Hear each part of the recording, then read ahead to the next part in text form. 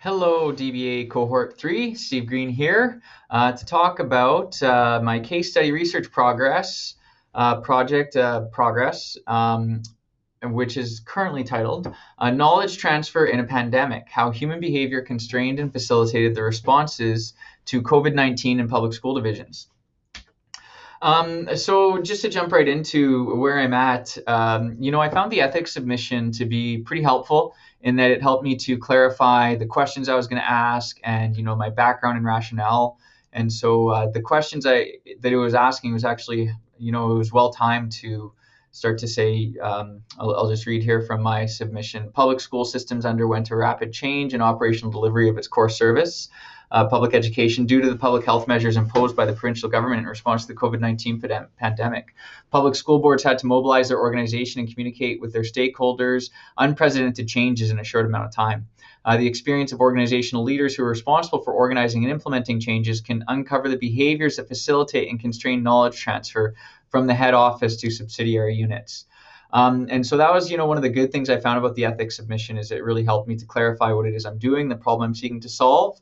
The challenge is with that ethics submission, though, is that I'm still awaiting approval. And it's difficult for me to proceed within my organization without approval. The EPSB has a scheduled review of submissions for September 23rd. And if I don't get my submission in by September 2nd, then I'll have to wait another month. And so it's really important. I can't proceed at all with the people I seek to interview until I have my ethics approval and then my school board's research approval. So that's a big barrier for me right now.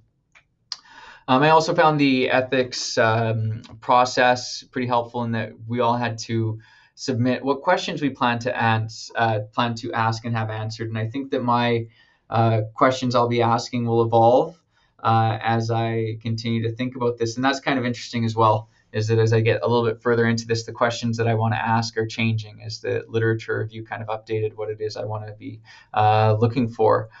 So here's a sample of some of my questions, but as my thinking of the problem is changing and what I'm seeking to address evolves, so do the questions I want to ask. The literature review, finding where the literature review presented a few challenges to me. Finding where my work fits is a challenge, right? Like within the public school context, and using research from transaction cost economics, the work of Williamson, and then some follow-up work by some of the scholars here at Haskayne, who are really focusing on multinational enterprises.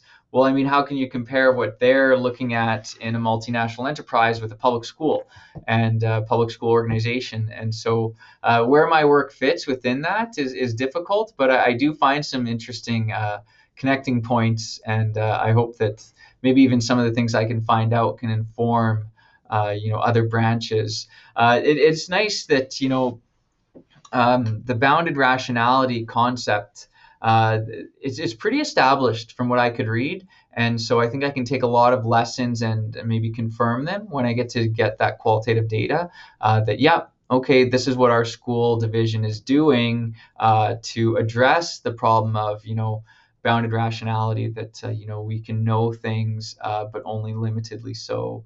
Boundedly so. Like, we don't have all the information when we're making decisions, and neither do the recipients of the knowledge that we're transferring have all of the information that head office has. Okay, and so there's some ways that you can economize on that, and I'll be seeking to affirm and maybe find different aspects of that. But one of the problems is that there isn't much unexplored space that I can see in the bounded rationality discussion. Bounded reliability, the idea that we can have good intentions, but then not follow through for a number of reasons on those good intentions as a barrier to managerial and governance practices. I think there is a lot of space there, and that's where I want to focus and maybe offer some original contributions. But we'll see, if the data will prove anything worthwhile or interesting, or if I'm just kind of, building on in a very marginal way that's what has already been said. Current problem formulation and methodology. I'm recording this after our MGST 717 that we were just in, right? That class that we just started with. Yeah, the 714 class that we just started. And so, the idea of asking the right questions is fresh in my mind. And so right now, the literature review helped me clarify this, but probably if I were to rewrite it, I might even go a little bit further in how I'm formulating my problem. The problem that this work intends to investigate is a problem of managerial decision making in public organizations. The main method to investigate this problem is to build on the academic discipline, which has studied the hazards of uncertainty within complex economic organizations, and to build upon the practice of devising nuanced forms of governance that help to overcome those hazards. So, what Williamson and others have called economizing on these hazards, mitigating the harm that they can cause, being aware of them, and how to get around them, I'm hoping to build on.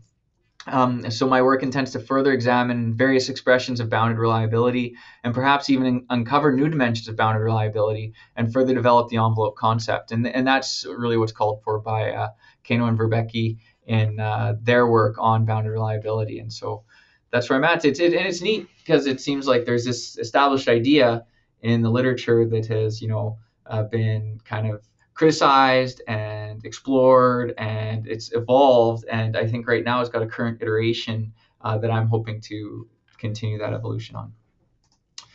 My key concerns for the work is, am I addressing a relevant need in management problem solving? Every time I look at the problem I'm solving, it seems like, is it just on the surface? Am I saying anything new? And so I worry that, is my work relevant, for sure? I also worry, like, why is my question so hard to clarify? It does seem when I go to write about what it is I'm seeking to address, that, like, if I were to try to just talk to someone about it, it might be difficult to pin down what it is I'm doing. And so that worries me a little bit. And then my key concern is getting access to senior managers within the organization. I'm hoping that senior leadership will be willing to interview with me on this. If I have some backup plans, if Edmonton Public isn't into it, then there's a lot of school boards that I can seek to ask. But I do think, with the relationships that I have, I'll be able to get access to some of those senior leaders and have a time where I can talk to them and get that qualitative data. But again, until that bridge is crossed, it is one that's on my mind. That's it. Maybe we'll try this again. See how much time it took. Okay. Thanks for listening, everyone. Look forward to your feedback.